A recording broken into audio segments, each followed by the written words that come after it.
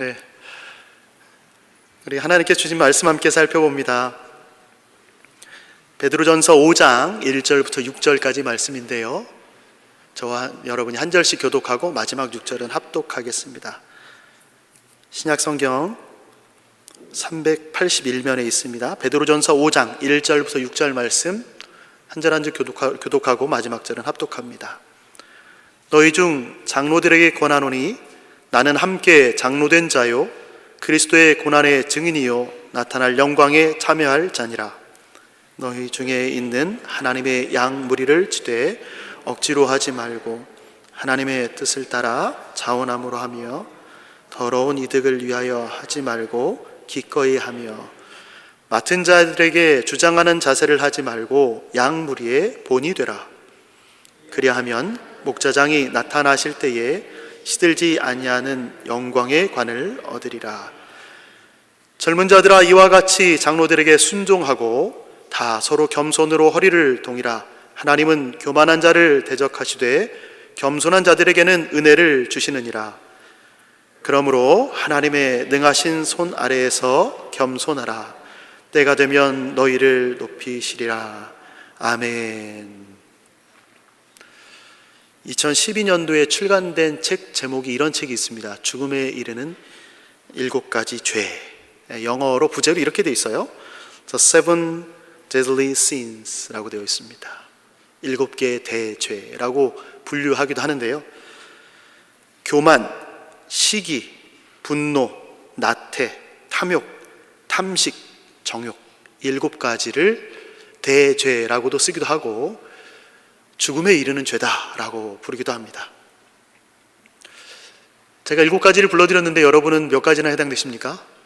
교만, 시기, 분노, 나태, 탐욕, 탐식, 정욕. 저는 하나도 없습니다. 이런 분이 있을까요? 4세기에 이집트 동방교회 수도원에서 이 목록을 만들었습니다. 물론 이제 그 동방교회에서 만든 건 거기서 시작은 아니지만 문서로 남은 것은 그게 가장 오래된 문서입니다. 수도원에 생활하는 수도사들이 이 목록을 적어본 거예요. 왜 적었을까요? 이들에게 필요한 것은 수도원 생활을 하는데 내가 잘 지키지 못하는 죄들이 있더라. 자꾸 무너지는, 나를 무너뜨리는 죄가 있더라. 그래서 목록을 적어본 거예요. 그 목록을 적어보니까 실은 이들은 8가지를 언급했는데요, 그 뒤에 이제 시대가 지나가면서 이것이 죄의 뿌리가 되더라 해서 7가지로 정리한 것입니다. 수도사들은 하나님과 깊이 교제하고 경건한 삶을 살기 위해서는 이 죄들과 싸워야 된다. 내가 이거를 이겨낼 수가 없다. 그래서 목록을 일부러 적어서 날마다 기도하고 싸운다고 생각했다고 합니다. 이 비슷한 목록이 성경에도 등장합니다. 잠언에 6장에 보니까 여호와께서 미워하시는 것 곧 그의 마음에 싫어하시는 것 67가지니 라고 하면서 곧 교만한 눈과 거짓된 혀와 무죄한 자의 피를 흘리는 손과 악한 개교를 꾀하는 마음과 빨리 악으로 달려가는 발과 거짓을 말하는 망령된 증인과 및 형제 사이를 이간하는 자니라. 67가지 여호와께서 미워하시는 것. 그럼 구약 성경에만 있느냐? 그렇지 않고 예수님도 말씀하셨습니다. 우리 마가복음 7장 21절 22절 한 목소리로 읽어봅니다. 같이 읽습니다. 시작. 속에서 곧 사람의 마음에서 나오는 것은 악한 생각, 곧 음란과 도둑질과 살인과 간음과 탐욕과 악독과 속임과 음탕과 질투와 비방과 교만과 우매함이니. 예수님께서 이런 것이 있다라고 말씀하시고 잠언의 기자도 얘기하고 있고, 그리고 수도사들이 만든 목록은 모두 생명을 위협하는 악덕입니다. 영적 생명을 위태롭게 만들기 때문에 그렇습니다. 여러분, 이 영적 생명을 위태롭게 만드는 이 악덕이 왜 생겨났을까요? 이것은 생명을 살리는 미덕이 사라졌기 때문에 그렇습니다. 빛이 사라지면 어둠이 드러나는 것처럼 복음적인 미덕이 사라지니까 치명적인 악덕이 드러나는 거예요. 빛이 있으면 어둠이 존재할 수가 없습니다. 복음적인 미덕이 있으면 치명적인 악덕이 기승을 부릴 수가 없습니다. 오늘부터 저는 7번에 걸쳐서 복음적인 미덕을 살펴보려고 합니다. 첫 번째 미덕은 겸손입니다. 저를 따라해 보실까요? 겸손. 크게 해보겠습니다. 겸손. 나를 내려놓는 기쁨. 제가 이 제목을 엄청 고민했는데 책 제목입니다. 2023년도에 나온 책 제목인데요, 겸손이 무엇인가를 잘 정의한 말이에요. 베드로전서 5장 1절에서 6절 말씀으로 나를 내려놓는 기쁨을 누리는 방법을 함께 살펴보려고 합니다. 베드로 사도가 흩어진 나그네들에게 편지를 썼습니다. 택하심을 받은 자들에게 하나님의 참된 은혜를 증언하고 있습니다. 이게 베드로전서 이야기예요. 여기에서 베드로 사도는 어떤 것이 참된 은혜라고 말했을까요?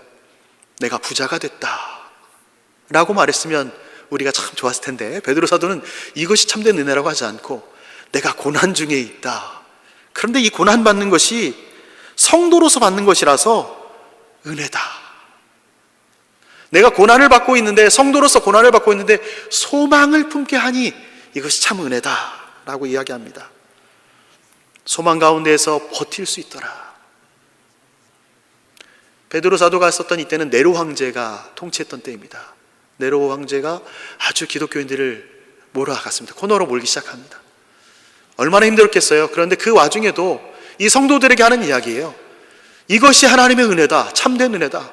우리가 예수 믿는다고 핍박을 받으니, 박해를 받으니 얼마나 큰일이냐, 기쁨이 아니겠느냐, 이렇게 말하고 있는 것입니다. 사도는 박해와 고난이라는 현실을 사는 교회에게 편지를 쓰고 있는데요, 오늘 본문은 특별히 두 그룹에게 권면하는 내용입니다.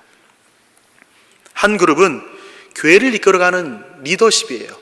여기 보니까 장로들이라고 표현되어 있는데요, 오늘날 우리가 이제 교회에 장로로 세운 이런 분들이 아니라 교회의 역할을 하고 있는 분들, 어른들을 얘기한 겁니다. 그리고 다른 그룹은 젊은이들입니다. 자, 교회에서 보면 우리 교회도 권면을 받을 만하죠. 네, 모호하게 나는 장로와 젊은이 사이에 있다 이런 분도 계실 거예요. 근데 어느 때는 또 장로가 됩니다. 이렇게 다 올라가요. 두 그룹에게 베드로 사도가 권면하는 내용입니다. 5장 2절과 3절 함께 읽어봅니다. 베드로전서 5장 2절과 3절 같이 읽습니다. 시작.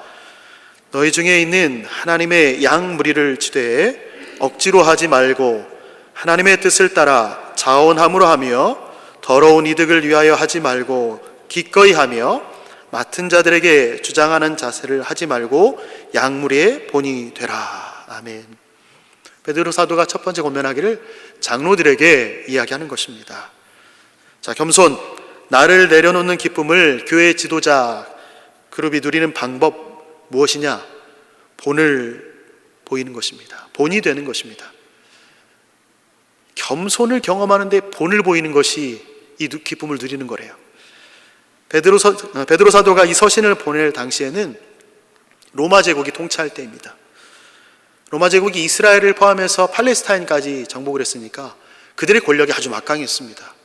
그러니 정치적으로 보면 그들의 권위, 그들의 권력 앞에 다 무릎을 꿇고 있는 거죠. 종교적으로는 어땠을까요? 제사장들을 중심으로, 사두개인들을 중심으로 이 종교적인 권력도 대단했습니다. 유대인들 사이에서도 이 권력을 가지고 자신들의 세계를 만들어가는 거죠. 소위 신의 후광을 입고 신의 대리 통치자로서 그들의 영향력을 로마 사람들뿐만 아니라 유대인들도, 사두개인들도 그렇게 영향력을 행사했습니다. 로마 제국과 유대인들 사이에서 베드로 사도가 교회 장로들에게 권면하는 거예요. 어떻게 권면했을까요? 자, 너희도 세상과 같이 행해라. 너희가 권력을 잡았지 않니? 교회 안에서 권력은 세상에서 못하는 권력이야. 그러니까 너희가 교회에서 마음껏 해라 라고 말하지 않고, 세상은 권력을 가지면 그들의 욕심대로 산다. 그런데 너희는 그러지 않아야 된다. 너희는 본이 되어야 된다. 권력을 휘두르는 일은 고사하고 너희가 모델이 되어라. 여러분에게 누가 얘기하는 거죠. 당신이 청년부의 모델이 되어 주십시오. 당신이 나의 롤 모델이 되어 주십시오. 얘기한다면 여러분 어떻게 반응하시겠어요? 직장 생활할 때에 자원봉사 오신 선생님이 저에게 인사를 하시면서 이런 부탁을 하셨어요. 저희 아이들이 이제 성인이 돼가기 전에 이제 청소년인데 대부가 필요합니다. 그러니 선생님이 대부를 해주세요. 알고 보니까 그 선생님은 제가 가톨릭 신자인 줄 아셨던 거예요. 그러니까 대부를 해달라는 거예요. 제가 이거를 참 감사한 일이죠. 저를 어떻게 하신다고 저에게 대부를 부탁해요. 그래서 선생님, 제가 실은 그걸 할 수가 없습니다. 그래서 조목조목 설명을 드렸는데 그 선생님께서 괜찮다는 거예요. 해달라고. 아니 됩니다. 저는 그럴 자격이 없습니다. 선생님 보시기에는 굉장히 직장생활 열심히 하고 말도 잘하고 본이 되는 것처럼 보이지만 제 삶은 대부가 될 정도가 아닙니다. 우리의 겉모습은 남들이 보지 않으니까, 남들이 알 수 없는 내 모습이 있으니까 우리의 겉모습으로는 뭔가를 할 수 있을 거라고 생각합니다. 본이 될 수 있을 거라고 생각하죠. 한국에 있을 때에 아주 큰 교회 목사님을 독대한 적이 있는데요, 그 목사님께 제가 이런 부탁을 드렸습니다. 목사님, 제 모델이 되어주십시오. 본이 되어주십시오. 따라가겠습니다. 목사님께서 화를 내시면서 나는 그런 사람 아닙니다. 목사님, 나에게 그런 얘기하지 마십시오. 베드로 사도는 오늘 장로들에게 본이 되라고 이야기합니다. 어떤 본이 됩니까? 어떤 모델이 되길 바라고 있습니까? 양무리를 억지로 섬기지 않았으면 좋겠습니다. 자원했으면 좋겠습니다. 기꺼이 했으면 좋겠습니다. 양무리를 통해서 더러운 이득을 취하지 않았으면 좋겠습니다. 이 이야기는 당시에 권력 있는 사람들이 이렇게 살았다는 거예요. 권력 있는 사람들 억지로, 자원함이 아니었던 거예요. 기꺼이 하지 않았어요. 남들이 볼 때 열심히 하고 남들이 보지 않으면 하지 않고 하나님과 상관없는 보이기 위한 삶을 살았던 그 권력자들이 있었다는 거지요. 또 더러운 이득을 취했다는 겁니다. 베드로 사도는 교회 안에 있는 장로들에게 그렇게 하면 안 됩니다 라고 말하고 있는 것입니다. 권력을 가진 자들의 횡포가 당연한 것처럼 여겨지는 그 시대에 힘을 가진 자들에게 너희는 그들과 다르게 살아라 라고 이야기합니다. 세상이 우리에게 말하는 것 아닙니까? 교회여, 그리스도인이여, 너희는 다르게 살아야 돼. 우리는 가끔 이야기하죠. 왜 나한테만 그래? 너나 잘하세요. 왜 나한테 그걸 요구해? 너는 그렇게 살지 않으면서. 하지만 세상은 우리에게 말하고 있지요. 당신은 다른 삶을 살아야 되지 않겠습니까? 오늘 베드로 사도가 얘기합니다. 다수가 따르는 길에서 노라고 외치라고. 노 정도가 아니라 다른 사람에게 주어진 권력, 힘을 너를 위해서 쓰지 않고 연약한 자들을 위해서 써라. 신자들을 위해서 써라. 부당하고 불의한 세력으로부터 약한 자들을 보호하고 변호하기 위해서, 또 양무리가 그리스도를 바르게 알아가도록 그 권력을, 그 힘을 써달라라고 요청합니다.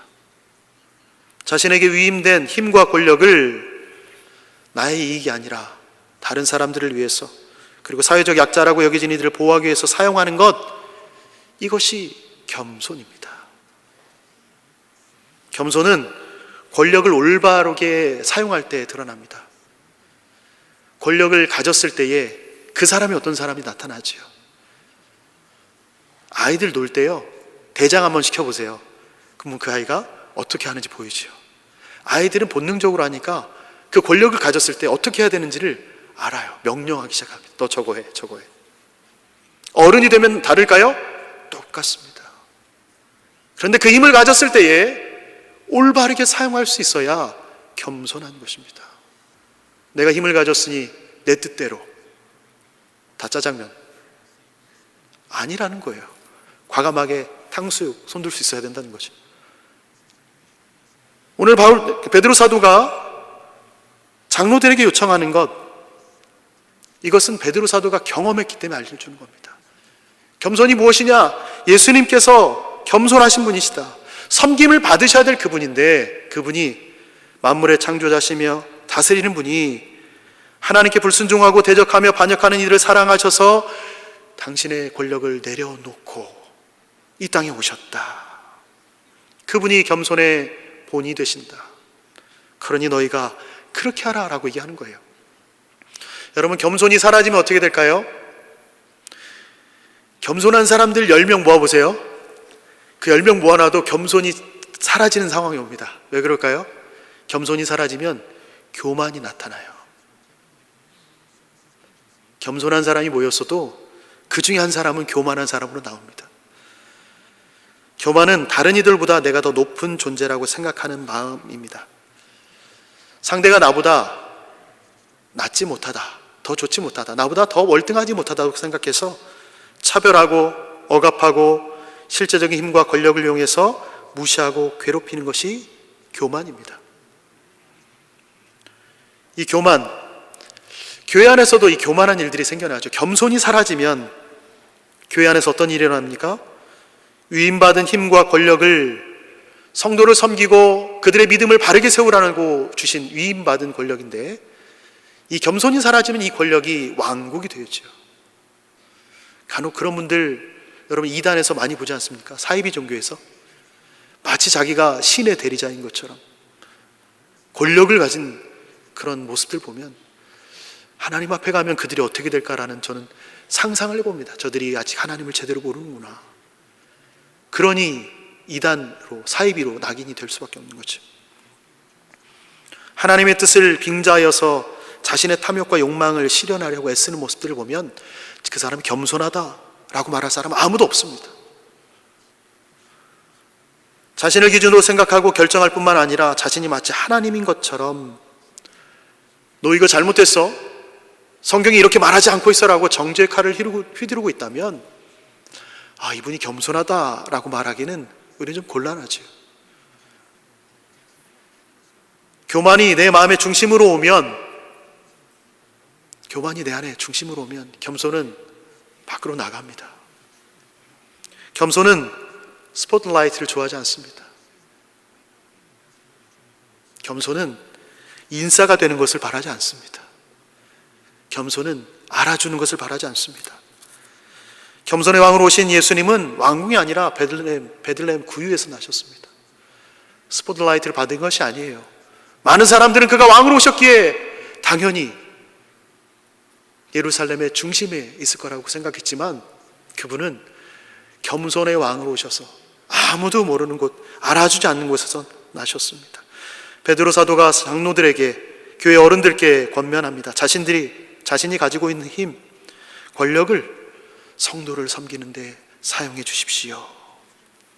겸손하여 주십시오라는 것입니다. 빌립보서 2장 1절에서 4절 말씀입니다. 우리 한 목소리로 읽어봅니다. 같이 읽습니다. 시작. 그러므로 그리스도 안에 무슨 권면이나 사랑에 무슨 위로나 성령의 무슨 교제나 긍휼이나 자비가 있거든 마음을 같이하여 같은 사랑을 가지고 뜻을 합하며 한 마음을 품어 아무 일에든지 다툼이나 허영으로 하지 말고 오직 겸손한 마음으로 각각 자기보다 남을 낮게 여기고 각각 자기 일을 돌볼 뿐더러 또한 각각 다른 사람들의 일을 돌보아 나의 기쁨을 충만하게 하라. 겸손한 것은 내가 가진 힘을 가지고 성도를 섬기는 데서 오는 것입니다. 본을 보이면 그 본을 보이기 위해서 열심을 낼 겁니다.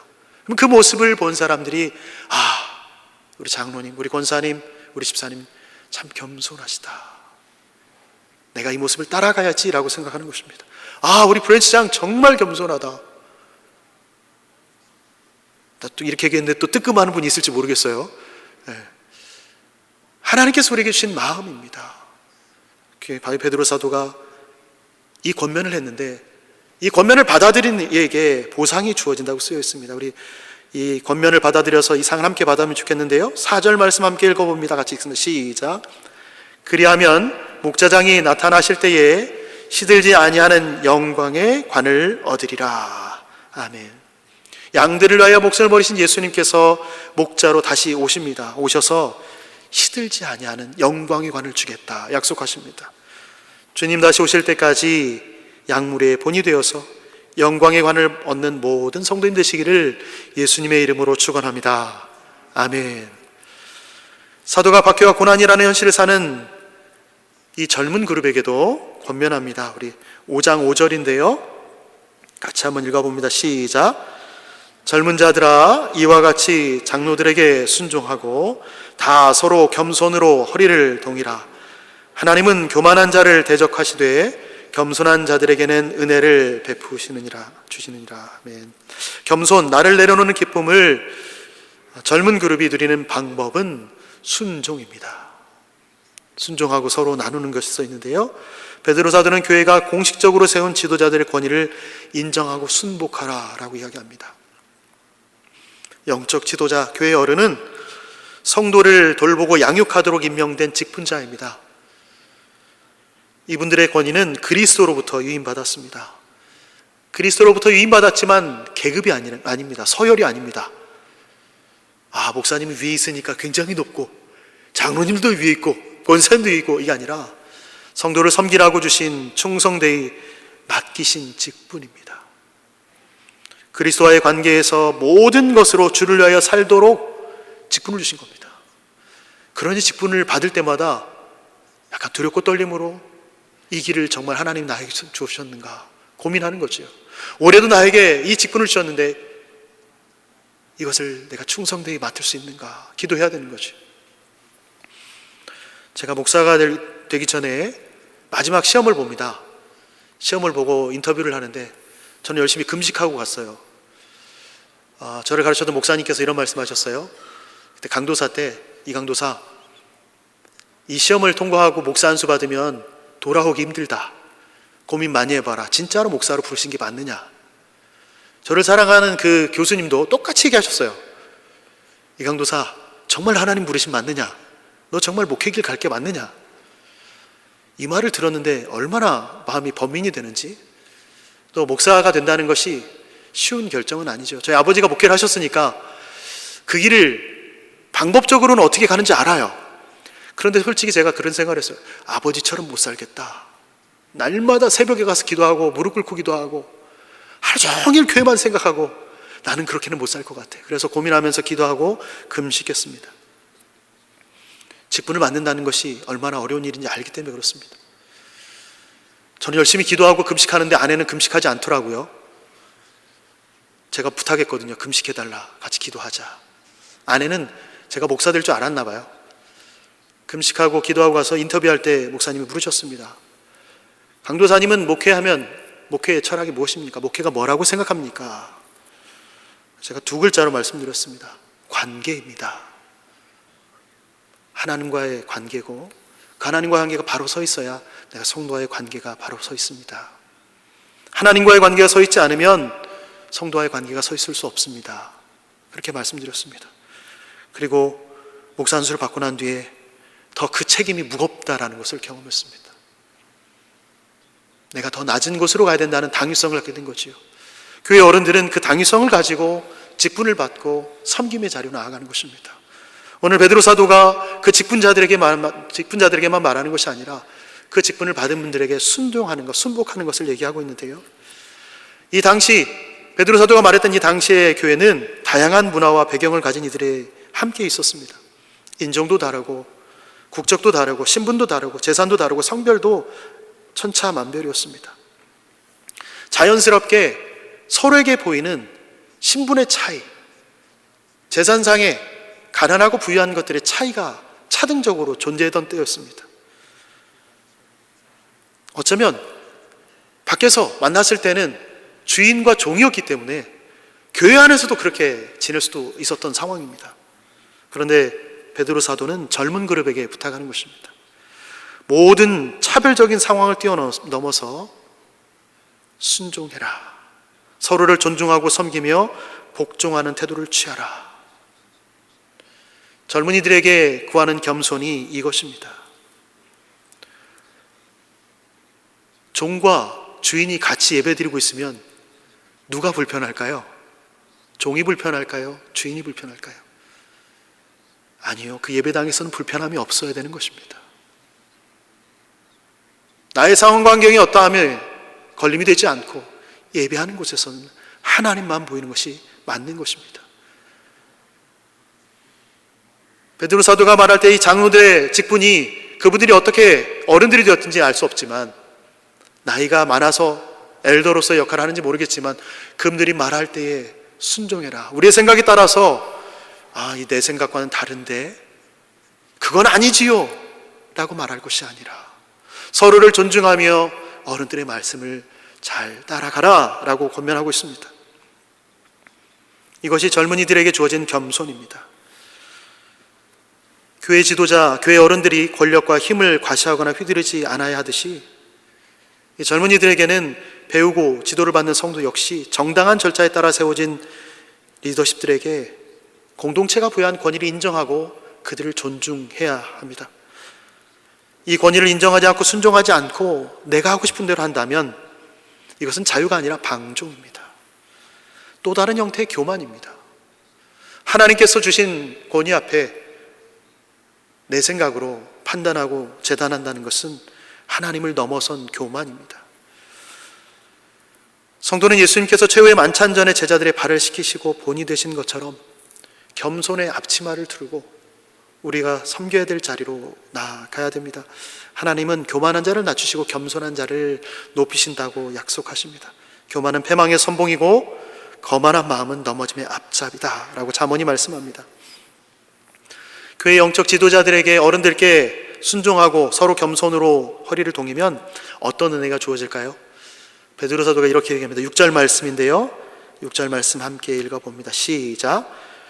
그러므로 하나님의 능하신 손 아래에서 겸손하라.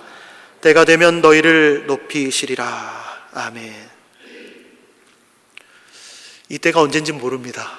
그러나 하나님은 그때 때가 되면 높이신다 약속하십니다. 하나님의 능하신 손은 그분의 때에 애굽에 있던 이스라엘 백성을 가나안 땅으로 들이셨습니다. 하나님은 그분의 때에 한나와 마리아의 기도를 응답해 주셨습니다. 그들의 입술을 통하여서 낮추기도 하시고 높이기도 하신 하나님을 찬양하도록 하셨습니다. 그럼 주 앞에서 내 자신을 낮추면 하나님이 높이신다고 약속하십니다. 교회는 본을 보이는 어른들이 계시고요, 또 교회는 그 어른께 순종하고 겸손으로 서로를 섬기는 젊은이들이 모인 곳입니다. 그러니 우리가 어른을 바라볼 때는 인생이 우리랑 다른 삶을 사셨어, 왜 그럴까가 아니라 그 인생 가운데 하나님을 예배하기 위해서 얼마나 수없는 고생을 하셨던가, 이분들의 수고와 노고가 있었으니까 우리가 함께 예배할 수 있다라는 마음이 있어야 되고, 또 앞서가신 분들은 내 삶 가운데에 나의 고난의 흔적이 아니라 나를 통해 하나님 어떤 일을 하셨는지 다음 세대가 볼 수 있도록 그 흔적들을 하나씩 예수 그리스도만 남겨주셔야 됩니다. 겸손은 하나님께서 우리 삶에 허락하신 최고의 기쁨입니다. 여러분, 겸손하면 하나님께서 우리에게 허락하신 최고의 기쁨이 넘쳐난대요. 하지만 그 겸손이 쉽던가요? 제가 이 주제를 가지고 설교를 준비하면서 제일 먼저 떠오른 노래가 있습니다. 찬양은 아니고요, 찬양 성공하는 너무 어려웠는데 딱 떠오른 노래가 있었어요. 겸손은 힘들어 라는 노래가 있습니다. 못 들어보셨을 거예요. 가사를 제가 요약해서 불러드리면 이렇습니다. 세상에는 이런 사람 저런 사람, 잘난 사람 못난 사람, 많은 사람이 있지만 그 중에 내가 최고지. 나보다도 잘난 사람 또 있을까? 멋진 사람 또 있을까? 겸손 하나 모자른 것 빼면은 내가 당대 제일이지. 돌아가신 우리 아버지 우리 어머니 겸손하라 하셨지만 지금도 안 되는 건 딱 한 가지, 그건 겸손이라네. 그러면서 마지막에 이렇게 불러요. 겸손은 힘들어, 겸손은 힘들어. 이렇게 해서 반복을 여러 번 합니다. 제가 그 노래를 한 번 들었거든요. 근데 머릿속에 딱 꽂히더라고요. 겸손이 힘들지. 가요 중에도 겸손이 힘들다고 얘기하는데 복음성가에는 겸손이란 찬양이 있습니다. 잘 알려지지 않은 찬양이어서 제가 부를 수가 없더라고요. 겸손은, 우리는 겸손해서 오해합니다. 나를 숨기면 겸손한 거라고 생각해요. 내 모습을 드러내지 않으면 겸손한 것.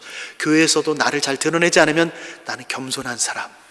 말을 많이 하면 실수하니까 말을 안 하면 겸손한 사람으로 사람들이 오해하도록 만들죠. 나를 혐오하거나 낮은 자존감으로 살지 않으면 내가 겸손한 거야. 때로는 역으로 나를 자꾸 혐오해서 낮은 자존감으로 살아가는 것을 겸손이라고 오해할 때도 있습니다. 체면을 고려해서 사람들 앞에서 나를 낮추는 것이 겸손이라고 생각할 때가 있어요. 성경이 말하는 겸손은요, 말을 하지 않는 것, 내가 조용히 앉아 있는 것, 어떤 행동으로 나타나는 것을 얘기하는 것이 아니라, 성경이 말하는 겸손은 상대를 귀한 존재로 인식하고 그를 그에 맞게 예우하는 것이 겸손이라고 말합니다. 상대를 귀한 존재로 인식하고 누구를 만나도 이 사람 하나님의 사람이지, 이 사람 귀한 사람이야, 그에 맞게 예우하는 거예요.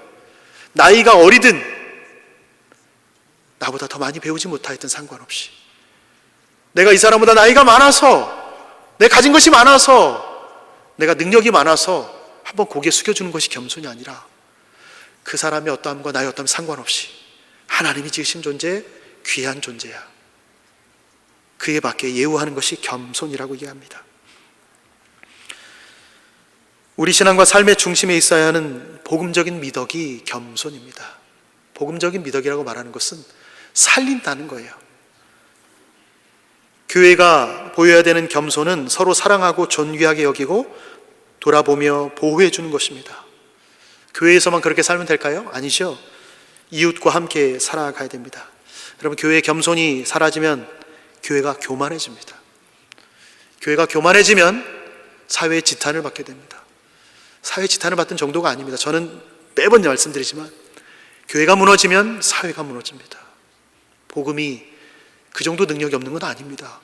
그런데 복음을 알고 있는 우리가 그렇게 살아내지 못하면 교회를 무너뜨릴 뿐만 아니라 사회를 무너뜨립니다. 내 삶의 겸손이 사라지면 교만해집니다. 타인을 향한 사랑과 배려에 대한 기쁨이 겸손의 척도입니다. 다른 사람을 향한 사랑과 배려에 대한 기쁨, 내가 다른 사람을 사랑하고 그들을 아끼는 마음에 대한 기쁨이 커진다면 그것은 겸손한 거예요. 자신을 내려놓는 기쁨이 충만한 나로 인해서 가정이 살게 됩니다. 자신을 내려놓는 기쁨이 충만한 나로 인해서 교회가 살고 이웃이 살게 됩니다. 이 역사들이 우리 가정에서, 우리 교회에서, 우리 지역사회에서 풍성히 일어나기를, 또한 그렇게 일어날 때 우리가 도구로 쓰임받는 우리 모두 되시기를 예수님의 이름으로 축원합니다. 아멘.